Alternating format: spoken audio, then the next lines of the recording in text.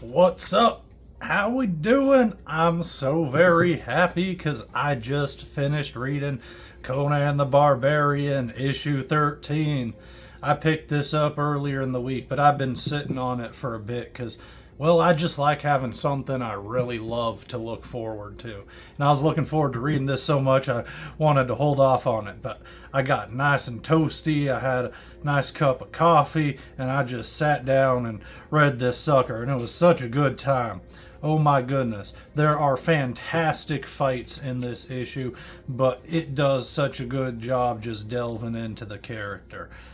And this is fun because it's flashing to we're getting a new storyline here, and this is flashing back to him being younger and just a wandering adventure. It's just so much fun, and the artwork is absolutely beautiful, and I'm very much enjoying how we're getting different artists on this book, but it seems to be rotating as far as we're getting a consistent art team just in intervals. So I'm loving that. So this is written by Jim Zub, but Doug Brightway comes back and does artwork here, and it just looks phenomenal. Like, is this page just not gorgeous?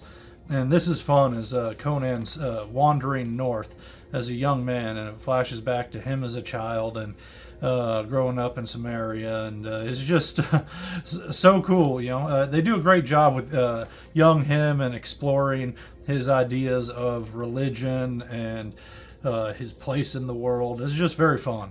I enjoy it, and the fights are phenomenal. We get this great battle between him and a pack of wolves, and a bit later in the series, or in the issue, I should say, we get to this really awesome fight with a bear that is just so sick. But this bit was great when he just screams out and just finds the strength from within him.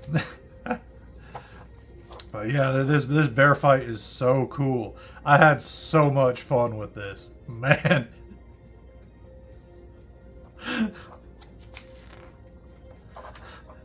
I probably stared at this page for a good solid minute, just absorbing everything in it. It is so good. Like, let's just really take that in. That, like, the ferocity there. It's so cool. I love it.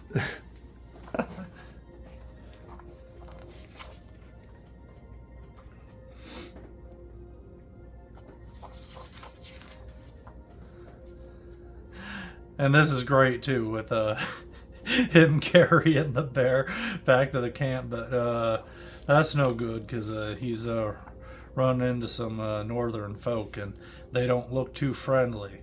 But also we got this lady creeping in the forest, a very giant looking lady, it seems. So that's real interesting and pretty cool. And as always, there's some great backup material here. I like that they're including letter pages now. That's fun. I wonder if I should write or something. I've never actually sent something in, but I very much enjoyed the historical essay that we've been getting in all the issues here, and this was very fun. I enjoyed it. Usually these things are a little bit more extra for me. Like, I don't find too much new information in them, but it reminds me of a lot of cool stuff, or I go, I never thought about it like that.